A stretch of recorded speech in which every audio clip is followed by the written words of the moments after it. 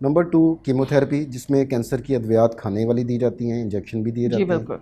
Number 3 ہے ہمارا شعاعیں یا ریڈیشن. جی تو ان تینوں کا ڈیسیژن کس طرح ہوتا ہے؟ میرا مطلب ہے کہ جو کینسر ہے اس کی کوئی سٹیجز ہوتی ہیں جو متعین کرتی ہیں کہ جناب ہم نے کیا کرنا ہے, ان سٹیجز کی طرف میں چاہوں گا کہ آپ تھوڑی روشنی ڈالیے. دیکھیں ہم اس کی نا بہت سمپل سی اگر میں آپ کو مثال دوں تو آپ یہ کہہ سکتے ہیں کہ اگر ہمارے پاس پیشنٹ آ رہی ہیں اور وہ اسی وقت انہیں چھوٹی سی گٹھلی محسوس ہوئی ہے یا انہوں نے کسی اور وجہ سے الٹرا ساؤنڈ کرایا ہے یا میموگرام کرایا ہے اور اس کے اندر بہت چھوٹی سی کہیں گٹھلی پک ہوئی ہے, ہماری کٹ آف ہے 2 سینٹی میٹر, جیسے کہہ لیں 1 انچ 2.5 سینٹی میٹر کا ہوتا ہے, 2 سینٹی میٹر کی اگر گٹھلی سے اس سے چھوٹی ہے تو ہم اسے ارلی اسٹیج 1 کہتے ہیں.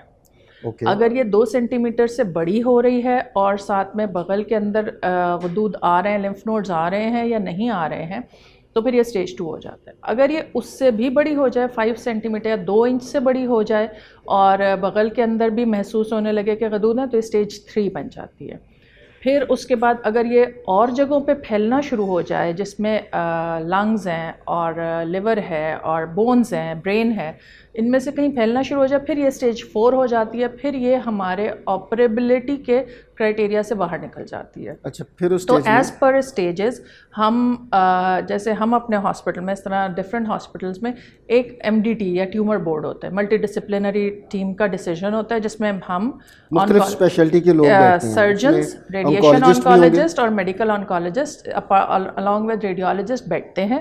ہر پیشنٹ کا سامنے رکھ کے اس کے اسٹیج اور اس کے رپورٹس اس کو ڈیسائیڈ کرتے ہیں کہ ان کو پہلے کیمو ملے گی, یہ پہلے آپریٹ ہوں گے, یہ آپریٹ ہو کے ریڈیو تھراپی میں جائیں گے اور یہ آپریٹ ہونے سے بعد میں کیمو ملے گی, کسی کو پہلے کسی کو. تو یہ ہر پیشنٹ کا انڈیویجول ڈیسیجن اب ایک ٹیم مل کر کرتی ہے, ایک ٹیم مل اور وہ اس ٹیم میں سرجن شامل ہیں, اس میں میڈیکل انکالوجسٹ شامل ہیں اور اس میں ریڈیشن انکالوجسٹ شامل ہیں, ریڈیولوجسٹ اینڈ پیتھولوجسٹ بھی اس کا پارٹ ہے جو اس کا مطلب ہے. ڈاکٹر صاحب اگر اسٹیج 1 کی ہم بات کریں جس میں ٹیومر یا گلٹی جو ہے وہ 2 سینٹی میٹر سے چھوٹی ہے, تو وہ تو شاید آسان ترین کیس ہوگا کہ اس میں پھیلی نہیں, وہ بالکل ایک ہی بریسٹ چھاتی میں ہے, دوسری طرف بھی نہیں گئی, اور جو بغل میں لمف نوڈز ہیں, غدود ہیں, وہاں تک بھی نہیں گئی. بالکل. تو اس صورت میں شاید خالی سرجری سے ہی کام ہو جائے. سرجری ہے اور اگر دوائیاں بھی کھانے کی ضرورت نہیں, دوائیوں کی بھی ضرورت نہیں ہے, اور actually it also depends on the age, ایک ایج پہ ڈپینڈ کرتا ہے.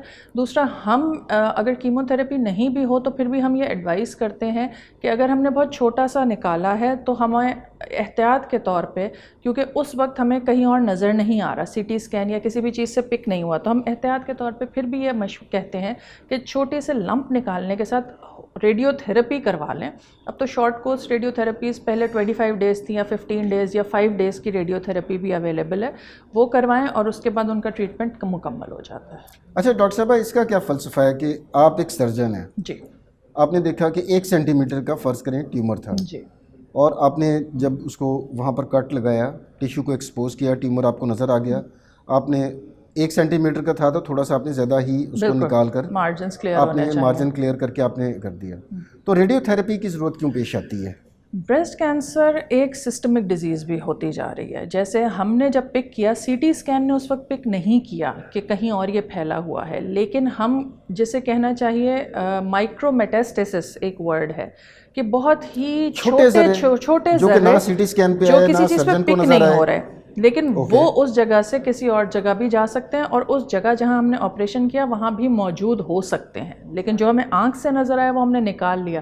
لیکن احتیاطی طور پہ وہ چیز جو ہمیں آنکھ سے نہیں نظر آ رہی اس کو ایڈریس کرنے کے لیے ہم مکمل ٹریٹمنٹ اس وقت مانتے ہیں جب اس کو ریڈیو تھراپی بھی ہم اس ایریا کو لگا چکے ہوں. اس کا مطلب ہے اس وقت ہمیں 100% ایک سیٹسفیکشن ہو جی بالکل, کہ ہماری طرف سے ہم نے جو کر سکتے تھے وہ کر دیا. چھوٹے موٹے سیل بہت باریک رہ بھی گئے ہیں جی, تو ریڈیو تھراپی کے ذریعے وہ کور ہو جائے. اچھا ڈاکٹر صاحب آپ کے JPMC میں, ویسے ہمارے پورے پاکستان میں بڑے شہروں میں تو ریڈیو تھراپی کی سہولت موجود ہے, بڑے اچھے اچھے کینسر ہاسپٹلس بھی ہیں, لیکن ایک امتیاز جو آپ کے ہسپتال کو حاصل ہے وہ سائبر نائف کا ہے. بالکل. تو سائبر نائف اور عام ریڈیشن میں کیا فرق ہوتا ہے؟ سائبر نائف ایک بہت ہی پریسیجن میتھڈ ہے کہ جس میں آپ کو آسان زبان میں کہیں تو بغیر آپریشن کے لیزر سے وہ جگہ کہ جہاں پہ ٹیومر ہے اس جگہ, لیکن اس کو جا کے وہ عام زبان میں کہہ لیں کہ جلا دیتا ہے یا ختم کر دیتا ہے. اب لیکن ہر پیشنٹ ایک تو ہمارے پاس جب آتے ہیں تو وہ اتنے ارلی کینسرز نہیں ہوتے زیادہ تر. سائبر نائف کا ایک بہت اسٹرکٹ کرائٹیریا ہے کہ سائز اتنا ہونا چاہیے اور ٹیومر اس جگہ کا ہونا چاہیے. مور کامنلی برین ٹیومرز, لنگ ٹیومرز, یہ وہ ہیں کہ جن کو مور کامنلی, کبھی کبھار بون ٹیومرز یا لیور ٹیومرز یہ کامن ہیں. بریسٹ کینسر میں cyber knife is not an authenticated acceptable treatment as of now. Okay, breast cancer کے علاوہ جتنے ٹیومرز ہیں بہت اسپیسیفک ٹیومرز ہیں کہ جن کے اندر اس کا رول ہے. دوسرا, بریسٹ کینسر اگر کسی جگہ پھیل گیا ہو, لنگز میں کوئی چھوٹا سا ذرات اس کے لنگز میں چھوٹا 1 یا 2 جگہ آ رہے ہوں یا بون میں آ رہے ہوں, تو ان کا ہم سائبر نائف کے ذریعے علاج کر لیتے ہیں تاکہ علاج ایک مکمل ہو جائے. ہم اسے اسٹیج 4 کو بھی ٹریٹ کر سکتے ہیں سائبر نائف کے ذریعے. چلیں, یہ تو ایک اچھی بات ہے, خوشائن بات ہے کہ ہمیں سہولیات بھی لوگوں کو تک پہنچانی چاہیے. بالکل, کہ جے پی ایم سی میں سائبر نائف, اور if I am not wrong پورے پاکستان میں شاید جے پی ایم سی میں ہی یہ اویلیبل ہے سائبر نائف. جی ہاں, جے پی ایم سی میں, اور فری آف کاسٹ.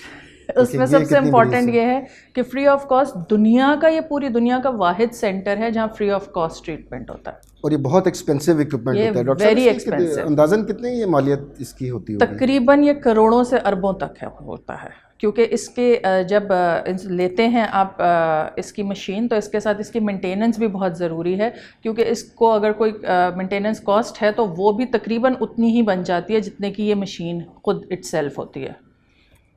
اچھا ڈاکٹر صاحب, اب ہم دیکھتے ہیں کہ جو آپ کا ایکسپیرینس ہے, آپ ایک سیزنڈ سرجن ہیں, تو ہمارے ملک میں خواتین جو ہیں, جو ہم نے سٹیجز ڈسکس کی کہ پہلی سٹیج میں 2 سینٹی میٹر سے کم سائز, دوسری سٹیج میں 2 سینٹی میٹر سے بڑا یا تھوڑا سا پھیل بھی گیا ہوا ہے, اور تھرڈ سٹیج میں 5 سینٹی میٹر تک چلا گیا ہے, تقریباً 2 انچ بن گیا ہے, اور بغلوں میں اور جگہوں پر بھی پھیل گیا. اسٹیج 4 میں پورے جسم میں پھیل گیا ہوا ہے. ہمارے ملک میں اسٹیٹس کیا کہتے ہیں, آپ کا ایکسپیرینس کیا کہتے ہیں کہ 100 پیشنٹ آئے ہیں اگر آپ کے پاس بریسٹ کینسر کے, تو اس میں سے کتنے پرسنٹ اسٹیج 1 میں ہوں گے, کتنے پرسنٹ اسٹیج 2, 3 اور 4 میں ہوں گے؟ ہمارے دیکھیں ارلی اسٹیج ہم کہتے ہیں, اسٹیج 1 اور 2 کو ارلی اسٹیج کہتے ہیں, اسٹیج 3 اور 4 کو 3 کو لوکلی ایڈوانس کہتے ہیں, 4 کو میٹاسٹیٹک کہتے ہیں. ہمارے پاس, میں اگر جناح ہاسپٹل کی بات کروں تو ہمارے پاس جیسے کراچی کینسر رجسٹری ہے جو کہ 5 سالوں کا جس نے ریکارڈ پبلش کیا ہے بریسٹ کینسر کا, کراچی کے 7 بڑے ہاسپٹلس کا, اس میں 5 سالوں میں 65,000 بریسٹ کینسر کے کیسز انہوں نے اٹینڈ کیے ہیں, جس میں ہمارے پاس جے پی ایم سی میں پر ایئر 1100 کے تقریباً کیسز رپورٹ ہوتے ہیں. اس میں سے کچھ کیسز سرجری میں آتے ہیں, آنکالوجی میں, ریڈیو تھراپی میں. پبلک سیکٹر ہاسپٹل ہے, گورنمنٹ ہاسپٹل ہے, سرکاری ہاسپٹل ہے. ہمارے نمبرز پرائیویٹ ہاسپٹل سے بہت ڈفرینٹ ہے. اس وقت بھی ہمارے پبلشڈ نمبرز جو ہیں اس میں 67% ہمارے پاس لوکلی ایڈوانسڈ کینسر ہے. جو ہمارے پاس اسٹیج 3 اینڈ ابو آ رہے ہیں یا لیٹ اسٹیج 2 آ رہے ہیں وہ ہمارے پاس 67% ہے, اور لیس دین 33% ہمارے پاس وہ ہیں جو بالکل ارلی اسٹیج ہیں, بہت چھوٹے ہیں, جن کو بہت ہی لمیٹڈ ٹریٹمنٹ کی ضرورت پڑتی ہے. تو یہ تو ڈاکٹر صاحب بڑی تشویشناک بات ہے کہ 67% جو خواتین ہیں وہ ایڈوانسڈ یا بگڑی ہوئی اسٹیج میں آپ کے پاس آ رہی ہیں, جس میں پھر طریقہ علاج مشکل بھی ہو جاتا ہے, مہنگا بھی ہو جاتا ہے, اور شاید اس کا کامیابی کا تناسب بھی وہ نہیں ہوتا جو اسٹیج 1 یا 2 کے اندر ہو سکتا ہے. بالکل, کیونکہ اسٹیج کے حساب سے ہی جو کینسر ہے اس کی ٹریٹمنٹ کی سکسیس کو ہم اوور آل سروائیول ریٹ کے اوپر یا 5 ایئر سروائیول ریٹ کے اوپر لیتے ہیں. تو اسٹیج 1 کا جو 5 ایئر سروائیول ہے وہ مور دین 97% ہے. اسٹیج 2 کا تقریباً 84-85 میں چلا جاتا ہے. اسٹیج 3 کا پھر وہ 70s میں آ جاتا ہے, اور اسٹیج 4 جو میٹاسٹیٹک ہے اس کا جو لیس دین 40% چلا جاتا ہے. تو 5 ایئر سروائیول ریٹ کے وہ پیشنٹ جو کہ کینسر فری رہیں, ڈیزیز فری رہیں 5 ایئرس تک, اور اسی طرح 10 سال گزر جائیں تو اس کے بعد ہم پھر جا کے کہتے ہیں کہ جی اب یہ ایز نارمل جیسے پاپولیشن ہے ویسے ہو چکے ہیں, ان کے برابر ان کے. ڈاکٹر صاحب اس کی وجوہات کیا ہیں, یہ کیوں اتنے زیادہ پیشنٹس جو ہیں وہ اس کو اوور لک کر جاتے ہیں یا غفلت برت جاتے ہیں, اور آپ کے پاس لیٹ کیوں آ رہے ہوتے ہیں؟ دیکھیں اس کی نا 2-3 بہت کامن وجوہات ہیں. ایک تو یہ ہے کہ یہ خواتین کا کینسر ہے. خواتین کے کینسر صرف ایک کینسر نہیں ہے جو کسی ایک شخص کو ہو گیا ہے. خواتین کے کینسر ہونے کا مطلب ہے بہت سارے سوشل ایشوز جو اس کے ساتھ لگے ہوئے ہیں.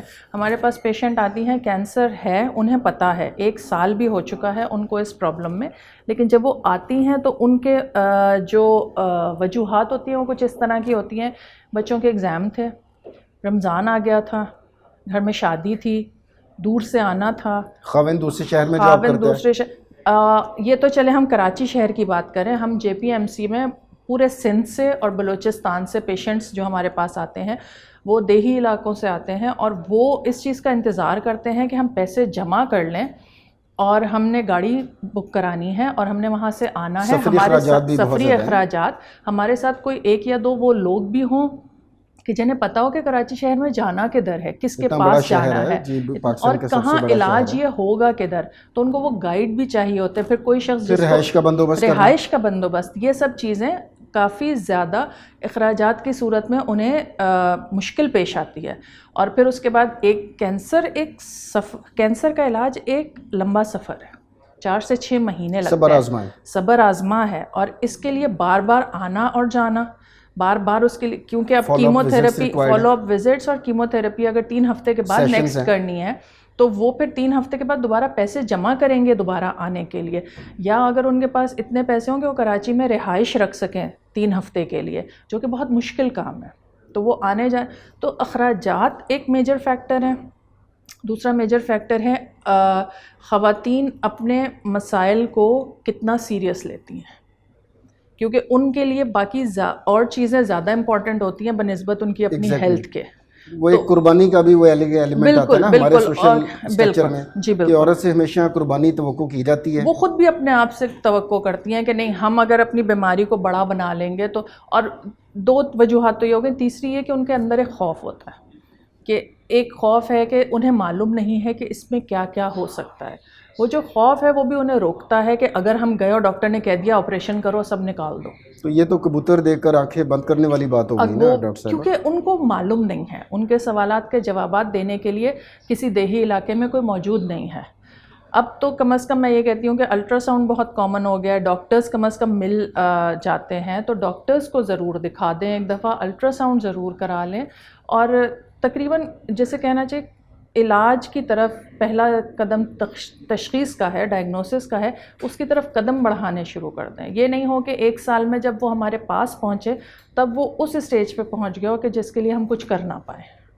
اچھا ڈاکٹر صاحب, اس میں ایک فیکٹر تو شاید یہ بھی آتا ہوگا کہ خواتین تھوڑی سی ہچکچاہٹ بھی محسوس کرتی ہیں میل ڈاکٹر کے پاس جانے میں. خواتین کے ساتھ لیڈی ڈاکٹر کے ساتھ زیادہ کمفرٹیبل ہوتی ہیں, اور بدقسمتی سے انکالوجسٹ جو ہیں ہمارے ملک میں زیادہ تر میلز ہی ہیں, تو یہ بھی شاید ایک میری ذاتی رائے میں یہ بھی شاید ایک بیریئر بنتا ہو. لیکن ٹائم کے ساتھ ساتھ اس میں بہت اچھا پازیٹیو چینج آ رہا ہے کہ چونکہ ہمارے میڈیکل اسٹوڈنٹس بہت زیادہ لڑکیاں ہیں, اسی طرح اب hمارے یہاں ڈفرینٹ فیلڈز میں لڑکیاں زیادہ آ رہی ہیں, تو لیڈی ڈاکٹرز کی نمبرز جو ہیں وہ اب انکریز ہوتے جا رہے ہیں آنکالوجی ڈپارٹمنٹ میں اسپیشلی. تو اب جیسے جے پی ایم سی میں آنکالوجی ڈپارٹمنٹ میں آپ جائیں تو تقریباً 3 to 7 کا ریشو ہوگا جی, میل ٹو فیمیل ڈاکٹرز کا. 3 خواتین 3 حضرات اور 7 خواتین. اچھا جی, کیونکہ آنکالوجی ایک فیلڈ ہے کہ جس میں وہ انہیں لائف لانگ لے کے چلنا ہے, تو کافی لیڈی ڈاکٹرز پریفر کرتی ہیں کہ وہ آنکالوجی کی طرف آئیں اور وہ اس کو ایز اے فیلڈ چوز کریں اور اس کو پریکٹس کریں. چلیں, آپ نے یہ تو بڑی حوصلہ افزا بات کی, کیونکہ آج سے 15-20 سال 30 سال پہلے بالکل الٹ تھا, گائنی کے علاوہ کوئی فیلڈ نظر نہیں آتا تھا. سرجری میں ریشو چینج ہو رہا ہے, بالکل سرجری میں ماشاءاللہ آپ دیکھیں ایسوسیٹ پروفیسر جیسے میں ہوں, میری فیکلٹی میں پچھلے سالوں میں 22 سرجنز میں سے 2 تھیں لیڈی سرجنز اور باقی سب 20 میل سرجنز تھے, اس میں سے 1 ریٹائر ہو گئی, پھر میں رہ گئی, تو 20 میں سے 1 میں تھی اور 19 میل سرجنز تھے. اب جو اپ کمنگ فیکلٹی آ رہی ہے, اسسٹنٹ پروفیسرز آ رہے ہیں, اب اس میں جتنی سلیکٹ ہوئی ہیں وہ سب کی سب فیمیل سرجنز ہیں, تو ٹھنگز آر چینجنگ. چلیں یہ تو اچھی بات ہے کہ وقت گزرنے کے ساتھ ساتھ بہتری آتی جا رہی ہے. اچھا ڈاکٹر صاحب, اب بریسٹ کینسر کی علامات کی طرف بات کریں. ایک تو چلے علامات آپ نے بتا دی, علامت کیا شاید وہ اسمپٹومیٹک بھی ہو, مریض کو درد بھی نہ ہو, ایک چھوٹی سی گلٹی سے محسوس ہوتی ہو جسے وہ اگنور کر دیتی ہو. اس کے علاوہ کوئی دوسری علامات ہوتی ہیں جس سے اس کو شک جانا چاہیے کہ بریسٹ کینسر ہو سکتا ہے؟ جی دیکھیں, ایک تو گلٹی جسے آپ کہیں گے بریسٹ میں چھاتی میں گلٹی, اس میں درد نہیں ہو رہا تو کافی لوگ اگنور کر دیتے ہیں. اس میں درد ہونا شروع ہو تو انہیں لگتا ہے کہ کوئی پرابلم ہے. بغیر گلٹی کے بھی بریسٹ میں درد ہو سکتا ہے. کبھی کبھار کوئی زخم بن سکتا ہے. کبھی کبھار دونوں سائڈ کے سائز میں فرق ہو سکتا ہے. کبھی اس طرح بھی ہو سکتا ہے کہ پانی ان کو جیسے اگر دودھ نہیں پلا رہی ہیں خواتین لیکن پھر بھی ان کو پانی یا خون یا پس آنا شروع ہو جائے اور ڈسچارج آنا شروع ہو جائے, اور یا انہیں بغل میں کوئی گٹھلی محسوس ہو یا انہیں وزن محسوس ہو کہ جی یہاں پہ کوئی انفیکشن انہیں لگ رہا ہے, جلد میں انہیں کوئی زخم بنتا محسوس ہو, تو یہ ڈفرینٹ علامات ہیں کہ جن کے ساتھ وہ ان کا دھیان جانا چاہیے کہ وہ ایک دفعہ چیک کرا لیں. میں اس بات کو بھی بارہا کہتی ہوں کہ بریسٹ میں صرف ایک کینسر ہی مسئلہ نہیں ہے. بریسٹ میں اگر 15 سے 20 پرابلمز ہیں تو cancer is one of them. باقی بنائن پرابلمز بھی ہیں کہ جن کے لیے آپ ڈاکٹر کو دکھائیں تاکہ آپ کی بھی فکر ختم ہو کہ ہاں جی یہ کینسر نہیں ہے, یہ کچھ اور ہے, اور اس کا ٹریٹمنٹ آپ کروائیے. ٹھیک ہو گیا ڈاکٹر صاحب. اچھا اب ہم دیکھتے ہیں ڈاکٹر صاحب کہ جو سرجری ہے ہماری جس میں اب تو جدت آ گئی ہے کہ صرف وہی ایریا نکالا جاتا ہے, لہٰذا خواتین کو زیادہ گھبرانے کی ضرورت نہیں ہے کہ پوری چھاتی کو ہی ریموو کر دیا جائے گا. تو اس میں ویسے کوئی دوسری کمپلیکیشنز کوئی انوالوڈ ہیں بریسٹ سرجری کے اندر کہ جب پیشنٹ کی ہم سرجری کرتے ہیں؟ بریسٹ سرجری میں ہم جیسے پیشنٹ کو بتاتے ہیں کہ ہم جب کہیں سے ٹیشو یا گلٹی ریموو کر رہے ہیں تو اس جگہ میں بریسٹ بنا ہوا ہے فیٹ کا یا چربی کا, تو اس جگہ کے اندر کبھی کبھار پانی جمع ہو جاتا ہے. کوئی انفیکشن کسی بھی آپریشن کی 2-3 بڑی کامن کمپلیکیشنز ہیں جس میں ایک بلیڈنگ ہے, ایک انفیکشن ہے. بریسٹ سرجری کے اندر ایک کمپلیکیشن سیروما فارمیشن ہے, جیسے زخم کے اندر پانی بھر جانا. پیشنٹ جن کو نہیں پتہ ہوتا وہ گھبرا جاتے ہیں کہ زخم میں سے پانی بہنا شروع ہو گیا ہے, یا ہم اس کے ساتھ ٹیوبز لگا دیتے ہیں ڈرین کرنے کے لیے. ہم ٹیوبز لگاتے ہیں اور ان کو ہم 8 سے 10 دن رکھتے ہیں آپریشن کے بعد. پیشنٹ گھر چلے جاتے ہیں اور پھر اس کے بعد 8 یا 10 دن کے بعد آتے ہیں. جب وہ پانی جمع ہونا ختم ہو جاتا ہے تو ہم وہ ٹیوبز نکال دیتے ہیں. اگر ہم وہ جلدی نکال دیں تو وہ پانی پھر زخم میں سے آنا شروع ہو جاتا ہے, رسنا شروع ہو جاتا ہے. اور یہ گھبرانے والی چیز نہیں ہے, یہ ایک نون کمپلیکیشن ہے اس کی, اور یہ وقت کے ساتھ ساتھ خود ہی ٹھیک بھی ہو جاتا ہے. تو یہ بتانا ضروری ہے کیونکہ پیشنٹ جب فرسٹ ٹائم ظاہر ہے اس کے لیے ہر چیز پہلی دفعہ ہو رہی ہے, تو جس چیز کا انہیں پتہ نہیں ہے اس سے وہ گھبراتے زیادہ ہیں. پیشنٹ مطلب آدھی رات کو وارڈ میں آتے ہیں کہ جی اس میں سے پانی آنا شروع ہو گیا. ہمارے لیے وہ ایک چیز نارمل ہے کیونکہ ہم جتنے پیشنٹس کا کرتے ہیں اس میں ہمیں آئیڈیا ہوتا ہے کہ جی کتنے پیشنٹس کو ہو سکتا ہے, لیکن ان کے لیے تو ایک ہی پیشنٹ ہے, ایک ہی پرابلم ہے, ایک ہی ان کا فوکس ہے, تو ان کو نہیں پتا تو وہ گھبراتے بھی اسی حساب سے. جی وہ تو سمجھتے ہوں گے کہ اینڈ آف دا ورلڈ ہو گیا, ایگزیکٹلی کہ آپریشن خراب ہو گیا, اس کے بعد خراب بھی ہو گیا اور یہ بھی پانی بہنا شروع ہو گیا وہاں سے. جی اچھا ڈاکٹر صاحب یہ مطلب جسے کہتے ہیں کہ فیمیل کی جو ایک بیوٹی کہہ لیں آپ, ایستھیٹکلی بھی کریں تو ایک بڑی ایک پرائڈ ہوتا ہے خواتین کے لیے, اور اگر سرجری کی جائے تو اس میں ڈیفارمیٹی یا اس کی شکل یا ہیئت بھی چینج ہو سکتی ہے. تو آپ کی اسپیشلٹی چونکہ سرجری ہے تو ریکنسٹرکٹیو سرجری ہمارے پاس ٹیکنیکس اویلیبل ہیں کہ ہم اس کا اسٹرکچر بالکل اس کو نارمل فیل ہو بعد میں؟ پہلے اس طرح تھا کہ بریسٹ سرجری ایک الگ فیلڈ تھی, پلاسٹک سرجری ایک الگ فیلڈ تھی, اور ان دونوں کو آپس میں مرج کرنا پڑتا تھا کہ ہم بریسٹ سرجنز پلاسٹک سرجنز کو بلاتے تھے اسے ریکنسٹرکٹ کرنے کے لیے کہ ایک جو ہم نے نکالا ہے ہم اس کی جگہ دوبارہ بنائیں. اب ٹائم کے ساتھ ساتھ ایک نئی فیلڈ آئی ہے جس کا نام آنکو پلاسٹی ہے, یعنی cancer with plastic surgery breast surgeons ہی کر رہے ہیں. تو وی گیٹ ٹرینڈ, ہم ٹریننگ کرتے ہیں اور ہم ہی وہ پروسیجرز کر رہے ہوتے ہیں کہ جو پلاسٹک سرجنز نے کرنے ہوتے ہیں, اور ہم جب بریسٹ نکالتے ہیں تو اس کے بعد اس کو بالکل ویسے پہلے جیسا بنا دیتے ہیں. تو یہ اب ایک نئی اسپیشلائزڈ فیلڈ آ رہی ہے, سپر اسپیشلٹی کہہ رہے ہیں کہ جی پہلے تو ہم صرف سرجن تھے, پلاسٹک سرجن جنرل سرجن تھے, پھر ہم بریسٹ سرجن ہوئے, پلاسٹک سرجن الگ تھے, بریسٹ سرجن الگ تھے, اب آنکو پلاسٹک سرجنز ہو گئے ہیں جو جی بریسٹ آنکو پلاسٹک کام کر رہے ہیں. جی cancer surgery along with plastic reconstruction ہم ساتھ کر رہے ہیں. اچھا ڈاکٹر صاحبہ, موٹاپا ہمارے ملک میں وہ بھی ایک وبا کی طرح پھیل رہا ہے, ڈائبٹیز بھی اسی طرح ہی پھیل رہی ہے. ڈائبٹیز میں تو پاکستان نمبر 1 ہے, ساؤتھ ایشیا میں نمبر 1 پہ آ گئے ہیں, 30% انسیڈنس ہو چکا ہوا ہے. ابھی لیٹلی کچھ ادویات آئی ہیں جنہیں ہم ٹیکنیکلی تو خیر عام پبلک کو سمجھ نہیں آئے گا, GLP-1 کیٹیگری, سیما گلوٹائڈ وغیرہ اس طرح کی ادویات بھی آئی ہیں جو بڑا ریپڈ اور افیکٹو ویٹ لاس کرتی ہیں. لیکن سننے میں ہے کہ اس کا خواتین میں بریسٹ کی کینسر تو نہیں کہنا چاہیے، لیکن بریسٹ کی جو انیٹمی ہے اس کو تھوڑا ڈسٹرب کرتا ہے. میں نے ابھی اسی لیے آپ کو بتایا بریسٹ جو ہے یہ موسٹلی بنا ہے گلینڈز اور فیٹ کا. جو GLP-1 ڈرگز ہیں یہ ان کی کوشش ہوتی ہے کہ فیٹ جو ہے یہ گھلے ڈیزالو کرنے کی ان کی جو کوشش ہوتی ہے. ان کا ایک اپنا ڈفرینٹ گروپس کے ڈفرینٹ موڈ ہے کہ جس طرح وہ ایکشن کر رہے ہیں. اسی طرح ان کے سائیڈ افیکٹس بھی ہیں. بریسٹ کے اوپر چونکہ یہ فیٹ سے بنا ہوا ہے تو جب وہ فیٹ ڈیزالو ہونا شروع ہوتا ہے تو بریسٹ ینگ بریسٹ فرم ہوتے ہیں. وہ اولڈر بریسٹس کے اندر فرمنس کم ہوتی جاتی ہے. تو ان میڈیسنس کا ایک سائیڈ افیکٹ یہ ہے کہ جو باڈی کا فرم اور ینگ لک ہوتا ہے وہ فیٹ کے ڈیزالو ہونے کی وجہ سے چربی پگھل جاتی ہے. تو وہ جس طرح انہوں نے اس کو فرم رکھا ہوا ہوتا ہے وہ بالکل جیسے کہنا چاہیے سافٹ ہو جاتے ہیں. سافٹ ہو جاتے ہیں یا جیسے ایج کے ساتھ کہتے ہیں جی ڈھلک جاتے ہیں، جلد ڈھلکنے لگتی ہے. تو ڈفرینٹ پیشنٹس کو ڈفرینٹ طرح کے سائیڈ افیکٹس ہوتے ہیں.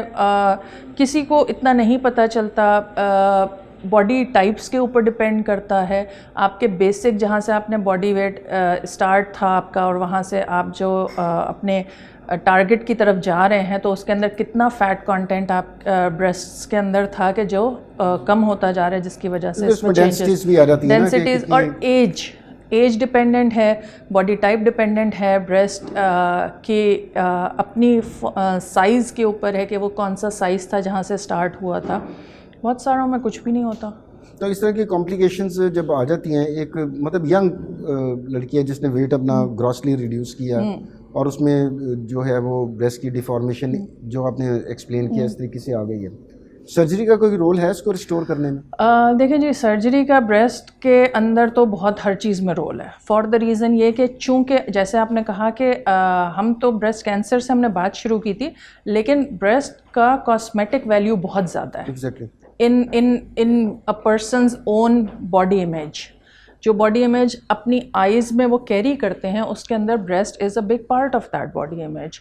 تو اگر بریسٹس کے اندر ڈیفارمیٹیز آ رہی ہیں تو پیشنٹس یا لوگ خود آتے ہیں بتانے کے لیے کہ دے وانٹ یہ جو ان کو ڈیفارمیٹیز ہیں ان کو کریکشن کیا جائے، ریسٹور کیا جائے. تو پلاسٹک سرجری کا سب سے کامن جو اس کا سلوشن ہے وہ امپلانٹ پلیسمنٹ ہے، بریسٹ آگمنٹیشن جسے کہتے ہیں کہ جی امپلانٹس پلیس کر دیے جائیں. اور وہ کوئی بہت بڑا پروسیجر نہیں ہے.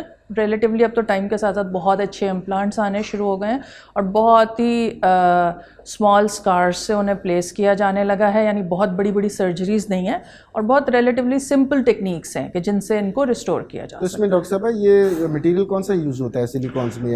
سلیکون امپلانٹس ہوتے ہیں جی، سلیکون امپلانٹس ہوتے ہیں for their very good side effect profile کہ ان کا لائف اب بہت اچھی ہے، ان کا سائیڈ افیکٹ پروفائل اچھا ہے اور ان کے کمپلیکیشنز بہت کم ہیں. اچھا، اگر فرض کریں کہ بڑے سائز کا ٹیومر آپ نے ریموو کیا ہے تو وہاں پر بھی تو ایک خلا پیدا ہو گیا نا جی. تو اگر وہاں پر امپلانٹ نہیں ہم تھوڑا سا سلیکون لگا کر سکتے تاکہ وہ ڈسچارج بھی ختم ہو جائے؟ امپلانٹس جو ہیں امپلانٹس آتے ہیں سائز کے حساب سے، وہ بریسٹ کے سائز کے حساب سے آتے ہیں. Implants are not used to fill the gaps. جو بریسٹ ہے اس میں چونکہ فیٹ ہوتا ہے تو ہم بریسٹ کو جب دوبارہ سے ریکنسٹرکٹ کر رہے ہوتے ہیں تو دیر آر 2 ٹیکنیکس. ایک ہے والیوم ڈسپلیسمنٹ کہ جس میں ہم فیٹ کو ہی آگے پیچھے کر کے وہ ڈیفیکٹ کلوز کرتے ہیں. ایک ہے والیوم ریپلیسمنٹ کہ اتنا بڑا ڈیفیکٹ ہے کہ وہ جو فیٹ ہے وہ اس کو فل نہیں کر پائے گا، وہی بریسٹ اسے کمپنسیٹ ہمیں کسی چیز سے کرنا پڑے گا.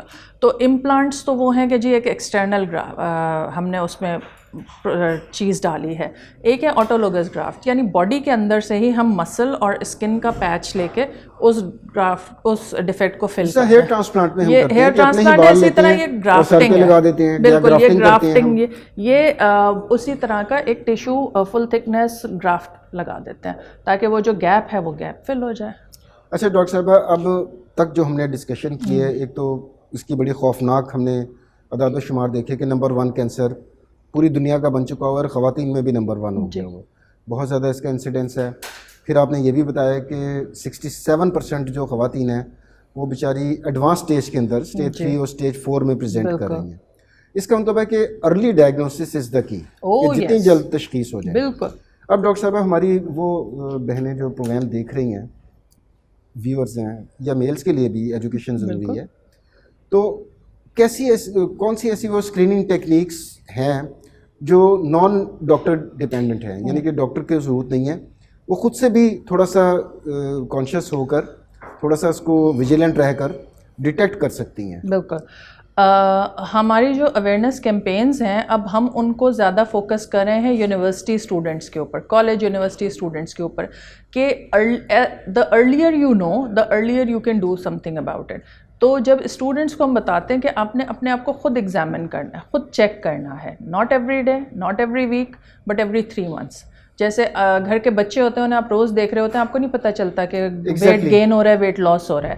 اگر آپ 3 months کے بعد اپنے آپ کو خود ایگزامن کریں، اپنے ہاتھ سے خود ایگزامن کریں، اور تو آپ کو پتہ چلے گا کہ کوئی چینج آ رہا ہے یا نہیں. تو وہ چینج شیشے کے سامنے کھڑے ہو کے ناٹ نیسیسری آپ کو خود اپنے ہاتھ سے صرف اسے چیک کرنا ہے. اور آپ کو یہ شیشے کے سامنے ہوتا ہے کہ آپ کو ایک جنرل آئیڈیا ہو جاتا ہے کہ جی سائز میں کوئی فرق تو نہیں آ رہا، کلر میں کوئی چینجز تو نہیں آ رہے ہیں، یا وہ چیز جو آپ کو سامنے سے ہاتھ اس طرح نظر نہیں آ رہی ہے اس کو آپ اس میں سامنے شیشے میں دیکھ سکتے ہیں. تو اور آپ نے ہاتھ سے ایگزامن کرنا ہے اپنے آپ کو خود، اور دیکھنا ہے کہ کوئی چینجز تو نہیں آ رہے. اس کے علاوہ اگر آپ کو کوئی شبہ ہوتا ہے کہ کوئی چینجز آ رہے ہیں تو ہم 35 to 40 ایئر سے کم عمر خواتین میں مشورہ دیتے ہیں کہ جی اپنا بریسٹ کا الٹرا ساؤنڈ ضرور کروا لیں اگر کوئی مسئلے والی چیز لگ رہی ہے، اور ڈاکٹر کو دکھائیں. اگر 40 ایئرس سے ابو ہیں تو ہماری کوشش ہوتی ہے کہ ہم ہر خاتون کو کم از کم مشورہ ضرور دیں کہ ایک دفعہ اپنا میموگرام کروا لیں. میموگرام ایک ایکس رے ہوتا ہے جو اسپیسیفکلی چھاتی کا، بریسٹ کا ایکس رے ہوتا ہے، اور وہ بہت ساری چینجز جو 40 ایئرس کے بعد بریسٹ کے اندر آ رہی ہوتی ہیں ان کے اندر سے جو پری کینسرس یعنی کینسر بننے سے پہلے کے چینجز ہیں وہ پک کر لیتا ہے. تو یہ تو بڑی دیکھیں، الٹرا ساؤنڈ تو ہر جگہ پر اویلیبل ہے. بالکل، الٹرا ساؤنڈ ہر جگہ، اور میموگرافی بھی اب کامن ہوتا جا رہا ہے، تو اتنا مشکل نہیں ہے. جی. تو ڈاکٹر صاحب اب ہم پروگرام کے اختتام کی طرف بڑھ رہے ہیں، اور بڑی سیر حاصل گفتگو ہوئی اس پروگرام میں، اور میں چاہوں گا کہ اس موضوع کی مناسبت سے، کیونکہ یہ اتنا سنگین مسئلہ ہے خواتین کا، چھاتی کا سرطان، تو ہمارے جو ویورز، ہماری جو بہنیں یہ پروگرام دیکھ رہی ہیں، ان کو take home message breast cancer کے حوالے سے آپ کیا دینا چاہیں گی پلیز؟ میرا میسج یہ ہے کہ اگر آپ کو بریسٹ کے اندر کوئی بھی پرابلم فیل ہو رہا ہو تو پلیز ڈاکٹر کو ضرور دکھائیں. آپ کی لائف بہت زیادہ امپورٹنٹ ہے، آپ کی صحت بہت زیادہ امپورٹنٹ ہے. ہر دوسری چیز کی امپورٹنس آپ کی صحت اور آپ کی زندگی سے کم ہے. جان ہے تو جہان ہے. جتنا جلدی کوئی پرابلم پک ہوگا اتنا جلدی اس کا مکمل علاج موجود ہے، پاسبل ہے. اور آپ جب تشخیص کے مرحلے سے گزر کے علاج کے مرحلے پہ آئیں گی تو جتنا جلدی آپ یہ مرحلے طے کریں گی اتنا مکمل اور کمپلیٹ علاج آپ کا ممکن ہے. آخر میں ناظرین میں شکریہ ادا کرنا چاہوں گا ڈاکٹر ماریہ انور کا کہ اس اہم موضوع کے اوپر گفتگو کے لیے انہوں نے آج اپنا قیمتی وقت نکالا، اور امید کرتا ہوں کہ توانا پاکستان شائقین کے ساتھ کی پچھلے ایپیسوڈز کی طرح آپ کو یہ ایپیسوڈ بھی پسند آئی ہوگی.